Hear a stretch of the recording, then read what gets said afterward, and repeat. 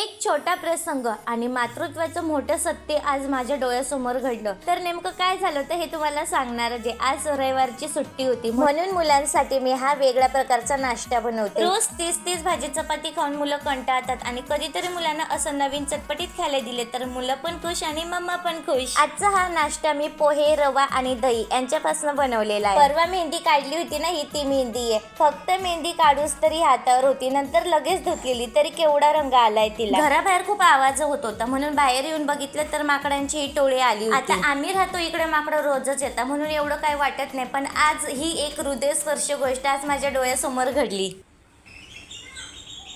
थोड्याशा आवाजाने ती आई लगेच आपल्या लेकराला कुशीमध्ये घेते. आता मातृत्वाचा हा गुण केवळ मानवापुरता मर्यादित नसून तो प्राण्यांमध्ये आढळतो. हे सुंदर दृश्य आज मी प्रत्यक्ष बघितलं. आता एवढं छान दृश्य बघितल्यानंतर म्हटलं चला परवा अपूर्ण राहिलेली मेहंदी आज पूर्ण करून घेऊया, म्हणून ती परवाचीच मेहंदी आज मी काढणार आहे. आता माझ्या हातात ही सुई आहे. आता सुईचा जुगाड करून मला मेहंदीचा कोन बनवायचा आहे, कारण की ज्या पिना वापरत होती मी कोन बनवण्यासाठी त्या काय कुठं ठेवल्यात सापडतच नाही, म्हणून सुईचा जुगाड करायचा आहे. कधी कधी ना काही गोष्टी वेळेत सापडत नाही म्हणून असा जुगाड करावा लागतो. आता बाहेर माकडांचा ढिंगाणा चालूच आहे, पण ठीक आहे. आता मी परवा तुम्हाला जी मेहंदी काढून दाखवली होती ती अर्धीच काढली होती, आता त्याच्या पुढची मेहंदी काढून दाखवते. आणि ठरवल्याप्रमाणे फिनिशिंग तर आहे पण स्पीड महत्वाची, म्हणून स्पीड कडे मी भरपूर लक्ष दिलंय आणि फायनली माझी मेहंदीची डिझाईन तयार झाली. तर कशी वाटली मेहंदी तुम्हाला नक्की कमेंट करून सांगा. चला तर बाय.